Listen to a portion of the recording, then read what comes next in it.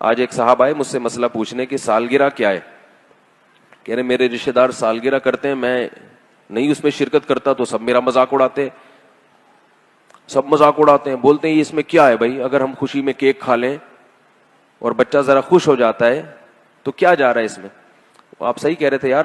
Hello, وہ لگا دیں, مجھے اپنی آواز سمجھ میں نہیں آ رہی ہے. ان نے مائک کا سسٹم ماشاءاللہ بڑا تگڑا کر دیا. ابھی فیس بک پہ پہلے بہت شکایتیں آتی تھیں کہ یہ آواز ہی نہیں آ رہی. تو اب انہوں نے سالگرہ رکھی. سالگرہ میں کیا کیا کہ وہ ہوتی ہے سالگرہ. تو مجھ سے پوچھ رہے تھے, بس ایک کان میں کافی ہے میرا خیال, ورنہ ان کی بھی نہیں آئے گی نا. ہاں یہ والا صحیح ہے. تو سالگرہ میں کیا ہوا کہ ہاں بس جزاک اللہ, انہوں نے کیا کیا سالگرہ میں رشتہ داروں نے جو ہے نا وہ بلایا. اب انہوں نے کہیں میرے بیان سنے ہوئے تھے, انہوں نے منع کر دیا کہ میں نہیں آتا. تو رشتہ دار کہنے لگے, مذاق اڑانے لگے اور بائیکاٹ کرنے لگتے ہیں نا کہ کیا تم لوگ سخت ہو گئے ہو, تم لوگ کسی کو خوش بھی نہیں ہونے دیتے. یعنی یہ اعتراض ہوتا ہے لوگوں کو کہ یہ مولوی لوگ کسی کو خوش ہوتا بھی نہیں دیکھ سکتے. کیا حرج ہے اگر تھوڑا سا ہم نے کیک کاٹ لیا, کیا ہو گیا اگر تھوڑے 2-4 غبارے پھوڑ دیے, کیا ہو گیا اگر تھوڑی سی پیسٹری اپنے ہاتھ سے کسی کو کھلا دی, کیا ہو گیا اس. تو مجھ سے کہہ رہے تھے کوئی گنجائش ہے شرکت کی. میں نے کہا جائز نہیں ہے یہ. کہہ رہے اس کی دلیل کیا ہے ناجائز ہونے کی. لوگ سوال پوچھتے ہیں, لوگ تو یہ دلیل دیتے ہیں نا کہ کیا ہو گیا. تو میں نے ان کو دلیل دی, آپ کو بھی بتا رہا ہوں تاکہ آپ کے سامنے یہ بات واضح رہے. میں نے کہا دیکھو, اسلام کوئی بھی الٹا سیدھا کام کرنے کو پسند نہیں کرتا. کسی بھی چیز کی کوئی لاجک ہونی چاہیے. یہ جو سال گزرنے کے بعد آپ کیک کاٹتے ہیں تو بچہ تو جتنی زندگی لے کر آیا تھا, موت کے 1 سال مزید قریب ہو گیا نا. کیا خیال ہے؟ پھر یہی حماقت کرتے کرتے کرتے جب 60 سال کا ہو جاتا ہے تو بھی کیک کاٹ رہا ہے. حالانکہ 60 سال کا ہونا اس کی علامت ہے کہ اب تو تھوڑے سے ہی سال رہ گئے, پتہ نہیں اگلے سال کیک کاٹنا نصیب ہوگا کہ بھی نہیں ہوگا. تو یہ خوشی کی بات نہیں ہے. اور یہ رسم کہاں سے آئی ہے؟ گوروں سے. گوروں سے اگر کوئی ایسی رسم آئی ہو نا جس کی کوئی لاجک بنتی ہو تو وہ کر لیں. اس لیے کریں کہ یہ نہ کہیں کہ ہم گوروں کی رسم کے طور پہ کر رہے ہیں. بولے بھائی گوروں کی یہ رسم ہے تو گوروں کی, مگر اس کی لاجک بہت اچھی ہے تو ہم لاجک کی وجہ سے فالو کر رہے ہیں اس کو. حدیث میں آتا ہے کہ حکمت کی بات مومن کی گمشدہ چیز ہے, جہاں سے ملے لے لو. اگر کوئی گورا اچھا کام کر رہا ہے, دیکھو ہمارے یہاں زیادہ تر کالے لوگ ہیں اور وہ لوگ کیا زیادہ تر گورے ہیں, تو اس لیے سب لوگ کیا بننا چاہتے ہیں؟ گورا ہونا چاہتے ہیں کہ نہیں چاہتے؟ اس لیے کہ جب ان کو دیکھتے ہیں یار یہ وائٹ چمڑی جو ہے نا یہ ذرا اس میں اٹریکشن زیادہ ہے. اب کوئی مفتی کہے کہ گورا بننا جائز نہیں ہے. کیوں جائز نہیں؟ اس لیے کہ گورے گورے ہوتے ہیں. تو آپ کو مشابہت لازم آئے گی. ہم کہیں گے جو گورے گورے ہوتے ہیں, اگر وہ گورے دیکھنے میں اچھے لگ رہے ہیں تو ہم بھی چاہیں گے یار ہم بھی تھوڑے سے گورے ہو جائیں.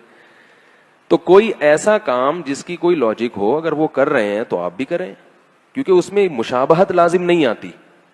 آپ کہیں گے بھائی ہم اس لیے نہیں کر رہے, ہم تو یہ اس لیے کر رہے ہیں, ہم بھی نہیں مشابہت کی وجہ سے نہیں کر رہے.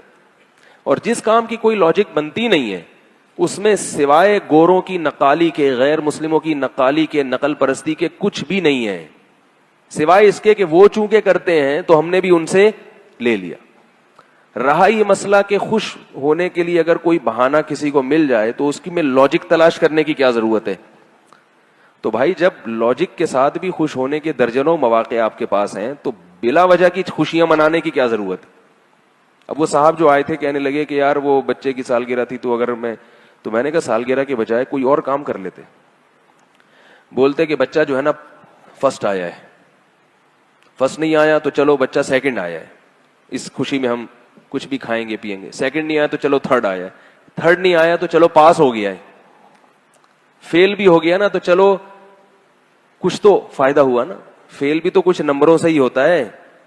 20 نمبروں سے بچہ فیل ہو گیا, یعنی 20 نمبر آئے تھے, 40% ضروری تھے, تو 20% آئے نا تو چلو 10 سے بھی فیل ہو سکتا تھا. تو ہمارے بچے میں اتنی صلاحیت الحمدللہ پیدا ہو گئی کہ اس نے 20 نمبر تو لے ہی لیے, اگلے سال انشاءاللہ 25 لے لے گا.